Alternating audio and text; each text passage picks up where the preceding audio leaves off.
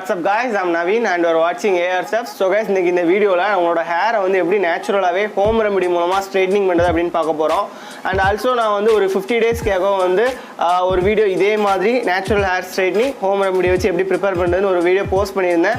அந்த வீடியோக்கு நல்ல ஒரு ரெஸ்பான்ஸ் இருந்துச்சு. நிறைய பேர் அதை யூஸ் பண்ணி பார்த்துட்டு நல்ல ரிசல்ட்ஸ் இருக்குன்னு என்கிட்ட வந்து சோஷியல் மீடியால கமெண்ட் பண்ணியிருந்தாங்க. ஸோ கைஸ், நீங்களும் அந்த வீடியோவை பார்க்கலன்னா போய் பாருங்க அண்ட் அந்த இதை ட்ரை பண்ணி பாருங்க.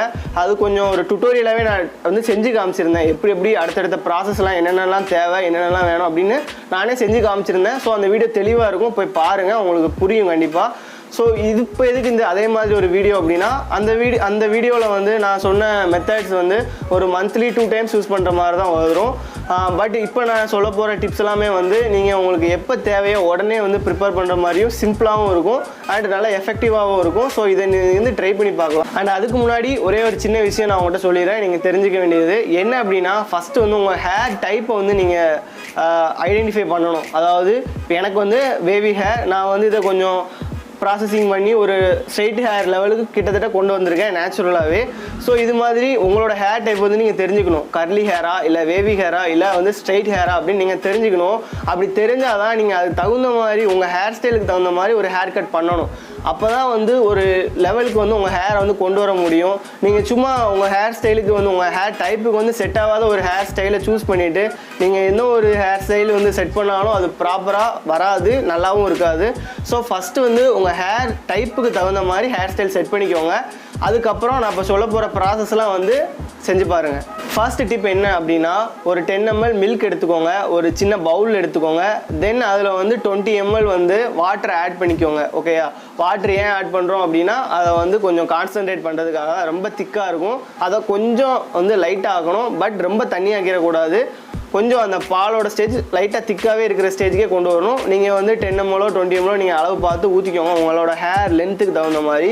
ஸோ ஊற்றுனதுக்கப்புறம் உங்களோட ஹேரோட ஒவ்வொரு லேயராக எடுத்து அந்த மில்க்கை வந்து ஹேர் ஃபுல்லாக அப்ளை பண்ணி கோம்பிட்டு சீவிடுங்க. நல்லா தலையை ஃபுல்லாக சீவி அதுக்கப்புறம் நல்லா ட்ரை பண்ணிடுங்க. தென் வந்து ஷாம்பு எதுவுமே யூஸ் பண்ணாமல் உங்களோட ஹேரை நல்லா வாஷ் பண்ணிடுங்க. வாஷ் பண்ணதுக்கப்புறம் உங்கள் ஹேர் வந்து நார்மலாகவே நல்லா அதில் உள்ள ஸ்மூத்னஸ் வந்து உங்கள் ஹேருக்கு கிடச்ச உடனே ரொம்ப ஒன்றும் வேவியாக இல்லாமல் உங்கள் ஹேர் வந்து கொஞ்சம் ஸ்ட்ரைட் ஆகிரும். பார்க்கறதுக்கு உங்களால் எல்லா ஹேர் ஸ்டைலுமே வந்து ஈஸியாக செட் பண்ண முடியும். உங்களுக்கு ஒரு எக்ஸாம்பிள் சொல்கிறேன், அது எந்த மாதிரி இருக்கும் அப்படின்னு. ஃபார் எக்ஸாம்பிளுக்கு என்னோட ஹேர் வந்து நீங்கள் இப்போ பார்க்குறீங்க, இது மாதிரி ஆக்சுவலாக இருக்குமா அப்படின்னா கிடையாது.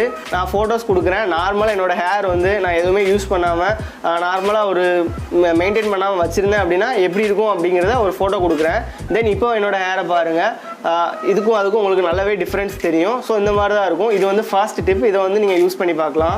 ஸோ ரெண்டாவது வந்து நீங்கள் சாப்பிடக்கூடிய பனானா, எல்லோ பனானா வாங்கி வச்சுக்கோங்க.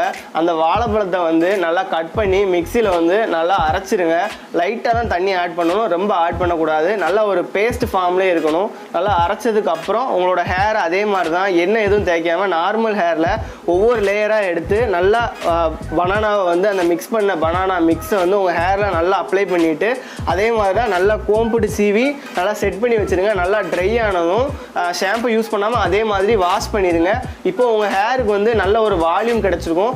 ஸோ நீங்கள் வந்து சீவும் போது ஒரு நெளிஞ்சிக்கிட்டு போகிறது அந்த மாதிரி இல்லாமல், அசிங்கமாக இல்லாமல் நல்ல ஒரு ஹேர் ஸ்டைலை வந்து உங்களுக்கு தகுந்த மாதிரி செட் பண்ணுற அளவுக்கு உங்கள் ஹேர் வந்து ஸ்ட்ரைட்டாக இருக்கும்.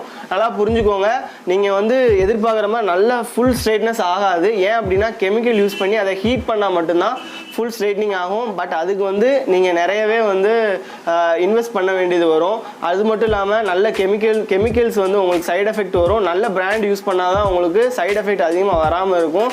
பட் அதே டைமில் நீங்கள் அதை யூஸ் பண்ணிவிட்டு விட முடியாது சாதாரணமாக. ஏன் அப்படின்னா அதுக்குன்னு தனியாக ஷாம்பு யூஸ் பண்ணணும், அது மாதிரி அதுக்குன்னு தனியாக வந்து கண்டிஷனர் வாங்கி யூஸ் பண்ணணும். தென் ஆயில் அப்ளை பண்ண முடியாது. இந்த மாதிரி வந்து கெமிக்கல் யூஸ் பண்ணி ஸ்ட்ரைட்னிங் பண்ணிங்கன்னா இந்தந்த சைடு எஃபெக்ட்ஸ்லாம் வரும் உங்களுக்கு. தென் செலவு அதிகமாகும். பட் நீங்கள் இந்த மாதிரி சாப்பிடக்கூடிய பொருளை வச்சு நார்மலாக வந்து ஹேரை வந்து கண்டிஷன் பண்ணிங்க அப்படின்னா ஓரளவுக்கு நல்லாவே பண்ண முடியும். உங்களால் ஓரளவுக்கு நல்லா கண்டிஷன் கொண்டு வர முடியும். அப்படின்னா எந்த மாதிரி சொல்கிறேன் அப்படின்னா, ரொம்ப சீவ கூட முடியாமல் ஒரு ஹேர் ஸ்டைலே செட் பண்ண முடியாமல் இருக்கிறதுக்கு இப்போ என்னோட ஹேர் ஸ்டைல் பாருங்கள், நான் இப்போ இப்படி சீவி இருக்கேன் அப்படின்னா கரெக்டாக அந்த செட்டில் இருக்கும். அந்த மாதிரி ஒரு கண்டிஷனுக்கு வரும். இது எவ்வளோ நாளைக்கு இருக்கும் அப்படின்னு நீங்கள் கேட்டிங்கன்னா, நீங்கள் நெக்ஸ்ட் வந்து உங்கள் ஹேருக்கு வந்து ஷாம்பு யூஸ் பண்ணுற வரைக்கும் கிட்டத்தட்ட அது அதே கண்டிஷனில் நல்ல ஒரு வால்யூமோடு இருக்கும். ஸோ கைஸ் லாஸ்ட் டிப் என்ன அப்படின்னா, கோகோனட் மில்க் எடுத்து உங்கள் ஹேரில் அப்ளை பண்ணுறது. இதை நான் அந்த வீடியோவிலே வந்து கோகோனட் மில்க்கும் ஆட் பண்ணியிருப்பேன். பட் இதை நீங்கள் தனியாகவும் தேய்க்கலாம். கோகோனட் ஆயிலாக எடுத்து நீங்கள் அதை அப்ளை பண்ணுறதுக்கும், நீங்கள் வந்து கோகோனட் மில்காக நீங்கள் டேரெக்டாக வந்து கோகோனட்டை அரைச்சி தென் அதில் நல்லா சாரை எடுத்து நீங்கள் அப்ளை பண்ணுறதுக்கும் நிறையவே வித்தியாசம் இருக்குது. ஸோ அதை நீங்கள் அப்ளை பண்ணும்போதே உங்களால் வந்து அதை ஃபீல் பண்ண முடியும். நீங்கள் நல்லா அப்ளை பண்ணிவிட்டு கோம்பிட்டு நல்லா இழுத்து சீவினீங்கன்னு வைங்களேன், உங்கள் ஹேர் வந்து ஸ்ட்ரெயிட் ஆகிறது உங்களாலே பார்க்க முடியும். தென் வந்து அதை நல்லா ட்ரை பண்ணிவிட்டு அதே மாதிரி தான் ஷாம்பு எதுவும் அப்ளை பண்ணாமல் உங்கள் ஹேரை வந்து வாஷ் பண்ணுங்கள். ஸோ இந்த மாதிரி இந்த 3 ஸ்டெப்பை உங்களுக்கு டைம் கிடைக்கிற போதெல்லாம் வந்து கன்சிஸ்டண்ட்டாக பண்ணிக்கிட்டே வந்தீங்கன்னு வைங்களேன், அதாவது நான் ஃபஸ்ட்டு சொன்ன மாதிரி உங்களோட ஹேர் டைப்புக்கு தகுந்த மாதிரி ஒரு ஹேர் ஸ்டைல் செட் பண்ணி தென் கரெக்டாக இந்த ப்ராசஸ் எல்லாம் வந்து ப்ராப்பராக பண்ணிக்கிட்டு வந்தீங்கன்னா என்னோடய ஹேர் மாதிரி ஓரளவுக்கு உங்களால் வந்து கெமிக்கல்ஸ் இல்லாமலே வந்து மெயின்டைன் பண்ண முடியும். ஸோ இந்த 3 ஸ்டெப்புமே வந்து ட்ரை பண்ணி பாருங்கள், உங்களுக்கு கண்டிப்பாக யூஸ்ஃபுல்லாக இருக்கும். ஸோ கைஸ் இந்த வீடியோ உங்களுக்கு பிடிச்சிருந்துச்சு அப்படின்னா ஒரு லைக் கொடுத்து சப்போர்ட் பண்ணுங்கள். தென் உங்கள் ஃப்ரெண்ட்ஸ் யாருக்காச்சும் வந்து ஹேர் ஸ்ட்ரைட்டிங் பண்ணணும்னு ஒரு ஐடியாவில் இருந்தாங்கன்னா அவங்களுக்கு இந்த வீடியோ ஷேர் பண்ணுங்கள், கண்டிப்பாக யூஸ்ஃபுல்லாக இருக்கும். அண்ட் மறந்துடாமல் AR STUFFZ சப்ஸ்கிரைப் பண்ணி வச்சுக்கோங்க. பாய்.